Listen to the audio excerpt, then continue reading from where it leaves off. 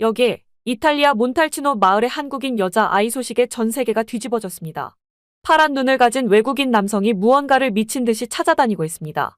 마을 큰 어르신이 그에게 그의 입양한 한국인 딸에 대해 설명하자 갑자기 눈이 돌아버린 그 남자는 그 노인의 멱살을 잡고 언성을 높입니다. 마을 주민들이 그를 말리지만 속수무책. 그러다가 갑자기 나타난 한국인 딸을 버스 정류장 인근에서 발견한 그 남성은 그 아이의 손을 잡고 서 있던 일본인 남성의 얼굴에 주먹을 날립니다.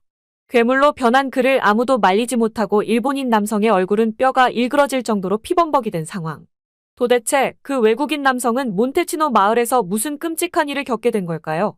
지금부터 알아보도록 하겠습니다. 안녕하세요. 저는 이탈리아 몬탈치노에서 포도 농장을 운영하는 앤드류라고 합니다. 혹시 브루넬로 디 몬탈치노라는 말 들어보셨나요? 그 몬탈치노가 바로 제가 사는 곳이랍니다. 피렌체 근교이지만 몬탈치노로 바로 올 수 있는 교통편은 없고요. 시에나에서 버스를 갈아타서 올 수 있는 작은 마을입니다. 약 1시간 10분이 소요되고 버스 편수도 많지 않으니 오실 땐 꼭 버스 배차 시간을 확인하고 오시는 게 좋아요. 와인의 세계로 떠나볼까요? 프랑스, 스페인, 이탈리아가 바로 그 주인공들. 이 와인 대국들은 마치 포도밭의 왕좌를 차지한 채로 우리의 입맛을 사로잡죠. 그런데 여러분, 제가 여러분에게 한 가지 비밀을 공유해도 될까요? 저와 제 사랑스러운 아내 비앙카도 작은 포도 농장을 일구며 와인 제조의 꿈을 키워가고 있답니다. 비앙카가 포도밭에서 일하는 동안 저는 와인의 신비를 더 깊이 탐구하기 위해 해마다 2번씩 세계 곳곳을 여행해요. 처음엔 와인의 본고장, 프랑스와 스페인을 찾았죠. 그러다 우리만의 와인을 만들어보자는 열정에 불타 와인이 유명하진 않더라도 와인을 생산하는 모든 나라를 발로 뛰며 탐험했어요. 그렇게 세계를 누비던 중 대한민국에서 와인 축제가 열린다는 소식을 듣고 이건 놓칠 수 없지 싶어 바로 한국행 비행기에 몸을 실었습니다. 한국의 와인 축제는 바로 충청북도 영동군에서 열리는데요. 인천공항에 착륙한 저희는 서울로 향하는 직행 기차에 올라탔죠. 인천에서 출발해 서울을 거쳐 영동으로 향하는 여정은 마치 모험 같았어요. 인천에서 서울까지는 순식간이었죠. 서울에서는 열차를 갈아타고 그 다음엔 영동의 심장부, 영동역으로 직행. 여러분, 한국의 교통 시스템에 대해 들어본 적 있나요? 전 세계를 돌아다녀 봤지만 한국처럼 짜임새 있고 편리한 곳이 없더라고요. 영동에 도착하니 서울의 번화함과는 또 다른 매력이 펼쳐졌어요. 감나무 가로수가 끝없이 이어진 길, 마치 영화 속 한 장면 같죠. 그리고 여기 영동 와인 축제. 이 축제를 위해 영동역과 축제장을 연결하는 셔틀버스가 아침 10시부터 밤 11시까지 순환 운행했어요. 제가 도착했을 때는 이미 개막식은 막을 내렸고 축제는 한창이었죠. 축제는 4일간의 와인의 향연이었어요.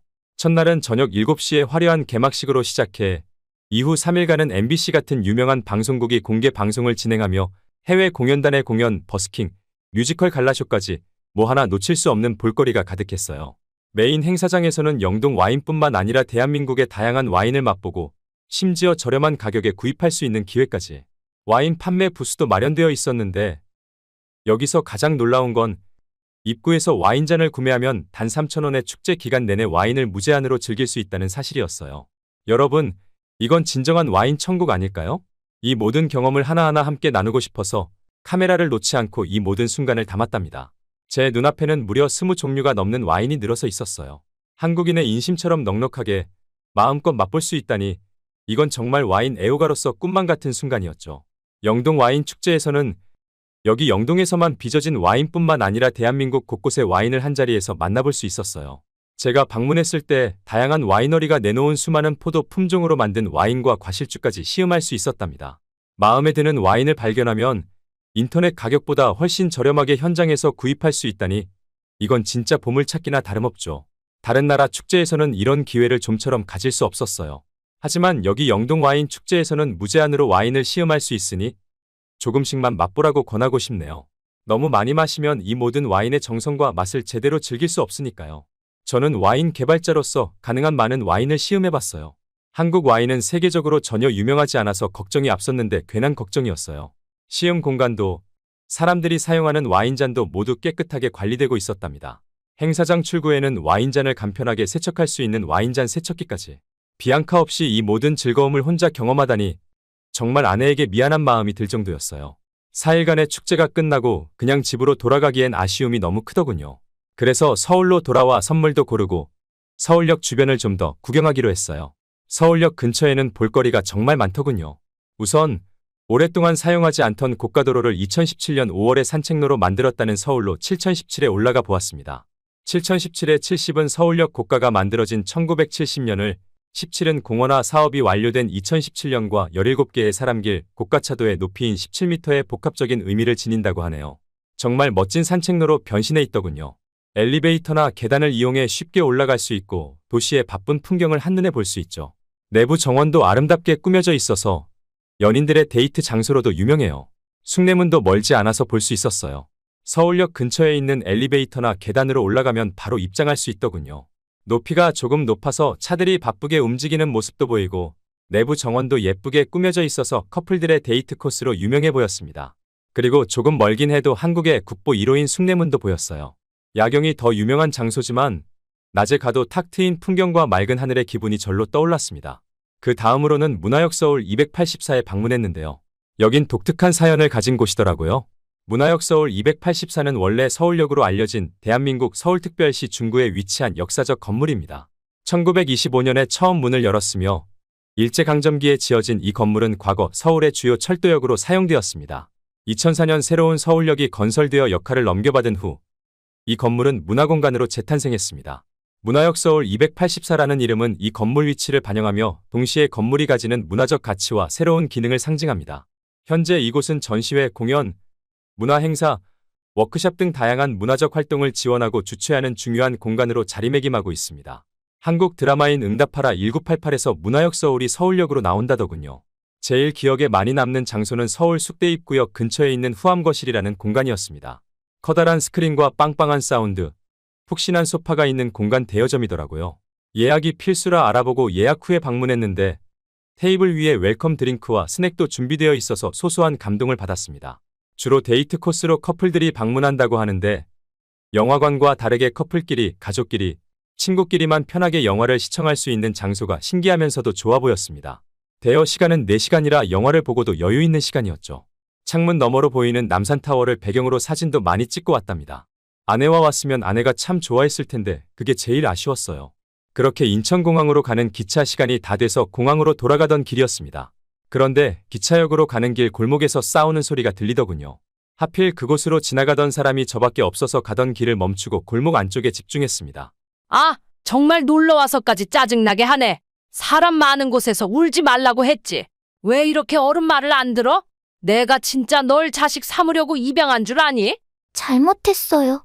아이 얼굴을 보니 온 얼굴에 멍이 들어 있었습니다. 내가 무조건 일본 아이로 입양하자고 했잖아. 동양인이 다 비슷하다고. 당신 말대로 한국 아이 입양했다가 이게 무슨 꼴이야? 당신이 더 시끄러워요. 내가 한국 아이 입양하자고 했을 때, 누구보다 좋다고 했을 땐 언제고? 무슨 딴소리예요? 그렇게 싫으면 당신이 알아서 다시 파양시켜요. 잘못했어요. 저 버리지 마세요. 조용히 있을게요. 때리지만 말아주세요. 역시 제가 잘못 들은 게 아니더군요. 집중하니까 그들의 대화가 더 잘 들려왔습니다. 더는 참지 못하고 골목 안으로 들어갔어요. 나서지 말아야 하는 줄 알면서도 제 발은 이미 그들 앞에 멈춰 섰습니다. 애 앞에서 그게 무슨 말들입니까? 제 말에 부모라는 두 사람이 인상을 팍 찡그리더라고요. 검은 머리가 꼭 한국인 같았는데 저들끼리 쑥덕대는 말에 한국인이 아닌 일본인이라는 사실을 알았습니다. 저들이 입양했다는 아이는 한국인이었죠. 재수없게 왜 남의 가정일에 참견하고 지랄이야? 꺼지세요. 남의 가정에 참견하지 말라며 아이를 우악스럽게 끌고 가기에 막아섰습니다. 저도 이러면 안 된다는 사실을 알면서도 이렇게까지 나선 이유가 있는데요. 우리 부부에게는 아이가 없어요.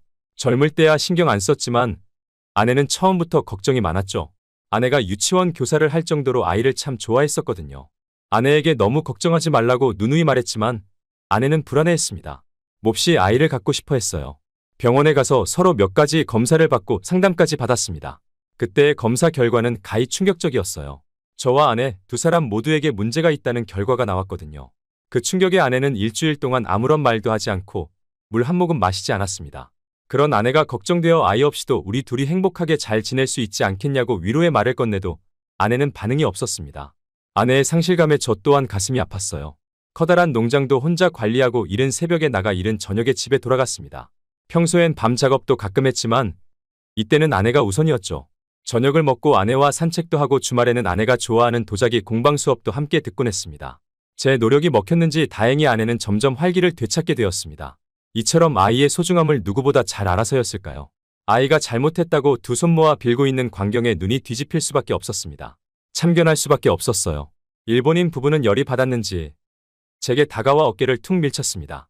눈깔이 시퍼런 걸 보니 서양에서 온 자 같은데 그쪽 나란 일이나 신경 써요.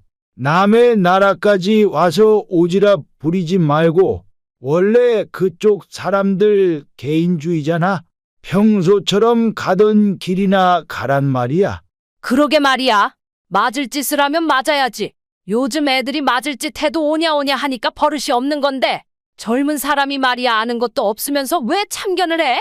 아이 양모는 아이를 데리고 반대편으로 도망치려 하기에 양부를 밀치고 아이를 붙잡았어요. 그러고는 도와달라고 크게 소리쳤습니다. 누가 올 때까지 소리치자 드디어 지나가는 사람들이 골목으로 들어오는 발소리가 들렸어요. 일본인 부부는 저를 내치려고 힘을 모았지만 농장 일로 다져진 저를 쉽게 이기진 못했습니다. 한국인들 여럿이 와서는 저희 상황을 보고 당황한 듯 보였어요. 저는 쉬운 영어를 쓰면서 빠르게 상황을 알렸고 다행히 영어를 조금 알아듣는 한국인 남성이 다가왔어요. 다른 한국인들도 상황이 대충 파악되었는지 경찰에 신고까지 해주었습니다. 5분 만에 경찰이 도착했고 일본인 부부와 한국 아이 그리고 저를 포함한 다른 한국인 목격자들까지 전부 경찰서로 갔습니다. 아동학대로 일본인 부부는 국제체포영장이 발부되어 한국 구치소에 갇히고 말았습니다. 그들은 매우 억울해했지만 목격자가 수도 없이 많아서 쉽게 빠져나올 수 없었죠. 일본인 부부에게 입양됐던 그 한국 아이는 입양이 취소되어 다시 보호소로 돌아가게 되었다고 전해 들었습니다. 왜냐하면 저는 재판이 시작되기 전에 이미 이탈리아로 돌아와 있었거든요. 혼자 있을 아내 걱정에 그 아이 곁을 계속 지킬 순 없었으니까요. 그런데 아내에게 뜻밖의 얘기를 듣고 심각한 고민에 빠졌습니다. 아내가 한국에서 겪었던 저희 이야기를 듣고는 그 아이를 그냥 두고 왔다는 거야? 또 버려진 거잖아. 불쌍해서 어떻게 해. 그 아이 우리가 입양하자. 라고 하더라고요. 솔직히 아이 입양은 한 번도 생각하지 않았던 일이라 고민했어요. 배 아파 낳은 자식도 키우다 보면 지치고 힘들 때가 많다고 하는데 남의 아이를 키우는 건 얼마나 더 힘들겠어요? 아내는 제가 선뜻 대답하지 못하는 모습에 저를 설득해왔습니다. 어차피 자연 임신은 힘들잖아. 여보, 난 정말 아이가 갖고 싶어. 우리 둘만 있어도 행복할 순 있지만 집에 아이가 있으면 더 행복할 거야. 아이는 축복이자 선물이라고 하잖아. 처음이자 마지막으로 부탁할게. 소원이야. 아내의 간절함에 아내 뜻에 따르기로 결정했습니다. 그렇게 저희 부부는 그 한국 아이를 입양하기 위해 다시 한국에 방문했어요. 이번엔 아내와 함께 말이죠. 제 예상대로 아내는 한국을 정말 좋아했습니다. 그 한국 아이가 있다는 보호소로 가서 입양 절차를 밟았어요. 그 아이 이름은 정연우였습니다. 그때 연우 나이가 만으로 9살이었죠. 연우가 있던 보호소는 경기도 파주시에 있었는데요. 원장님이 저와 아내와 상담 후에 연우에게 우리 연우, 이제 드디어 좋은 부모님이 생겨서 다행이네. 우리 다음에는 어른이 되어서 만나자. 이렇게 마지막 포옹과 함께 인사를 해주었습니다. 연우는 저를 알아보았지만 낯가림이 심한 건지 아니면 이전 일본인 부부 때문인지 쉽게 마음을 열지 못하고 있었어요. 제가 아무리 다가가도 연우는 한 걸음 뒤에서 걸어왔습니다. 아내는 그런 저를 말리면서 연우가 먼저 다가오기 전까지 급하게 다가서지 말라고 주의를 주더군요. 조금 서운했지만 연우를 위해서 그런 거란 말에 꾹 참아보기로 했죠. 사실 연우가 이러는 이유는 알고 있었습니다.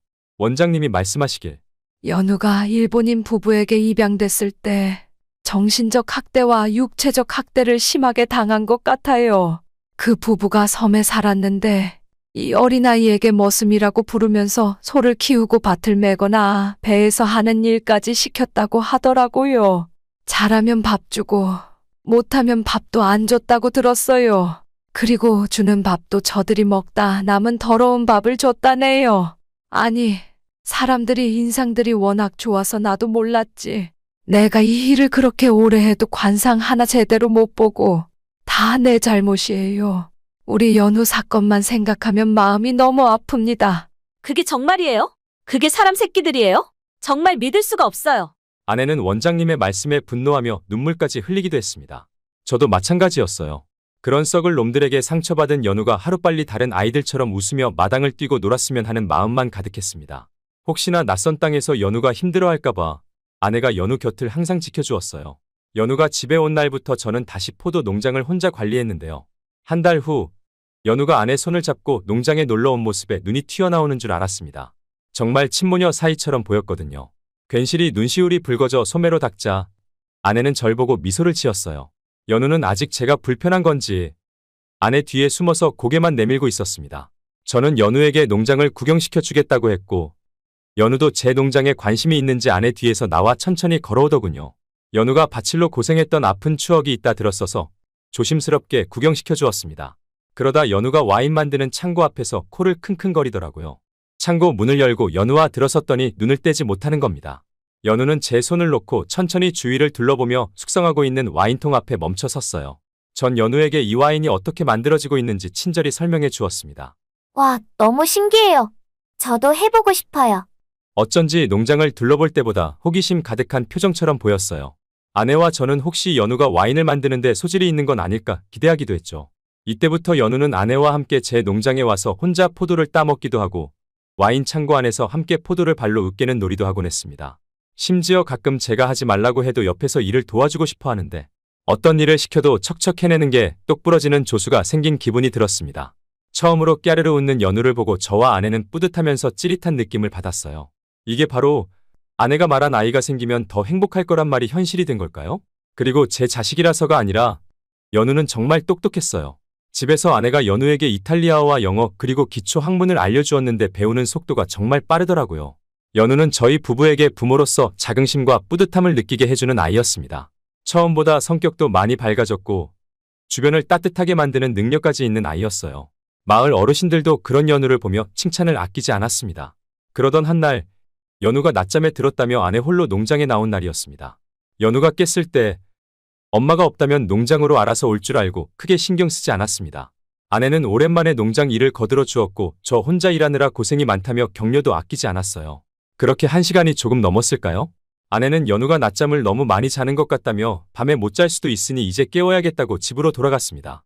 곧 아내에게 전화가 왔죠. 여보, 큰일 났어. 어떡해. 우리 연우가 사라졌어. 전화를 받자마자 들린 아내 목소리에 심장이 쿵 하고 내려앉았습니다. 도저히 이해되지 않아 아내에게 재차 물어 확인까지 했습니다. 집에 왔더니 이불이 걷어져 있고 연우가 보이지 않아. 집 주변을 다 둘러봤는데도 없어.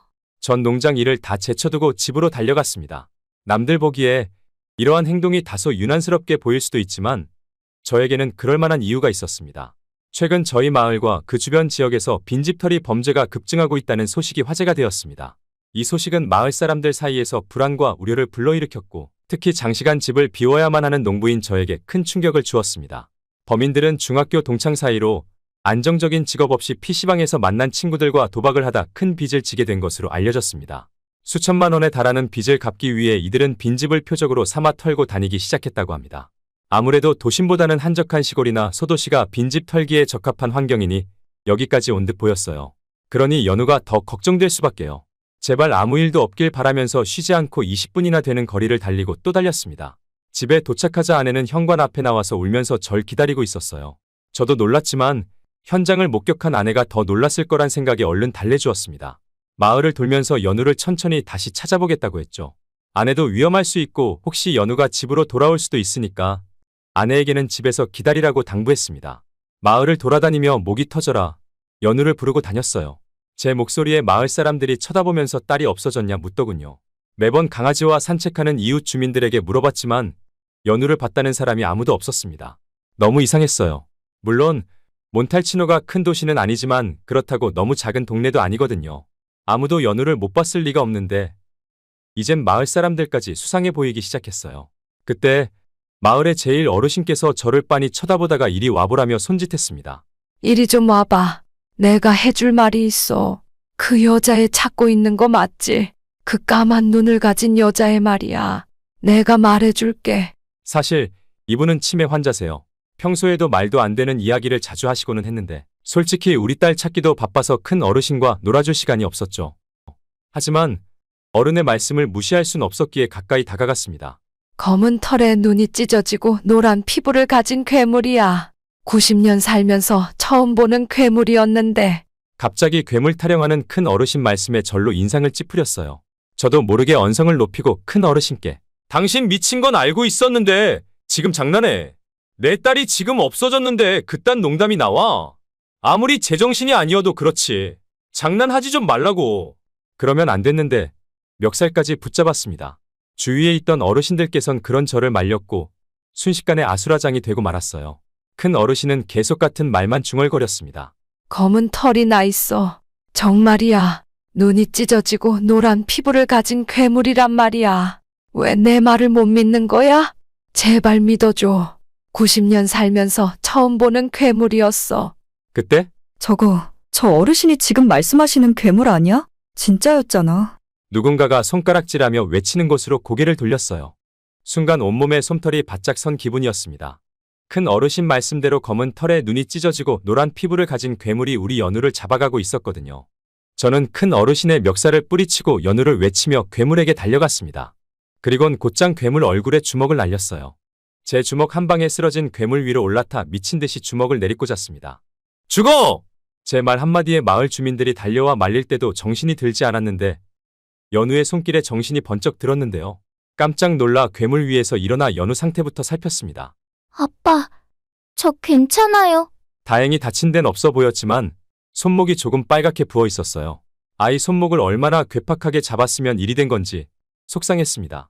바닥에 누워 피범벅이 된 괴물, 아니 연우의 전 양부를 내려다보았습니다. 네, 큰 어르신이 본 괴물이란 존재는 바로 연우를 끔찍하게 괴롭혔던 전 양부였습니다. 그 일본인 남자요. 그가 어떻게 알고 여기까지 와서 연우를 데리고 갈 생각을 했는지 알 수가 없었어요. 그는 바닥에 피를 뱉고는 비틀대며 일어났습니다. 걔 우리 집 모습년이야. 걔 때문에 지금 일손이 부족해서 일이 진도가 안 나가잖아. 그년 내놔.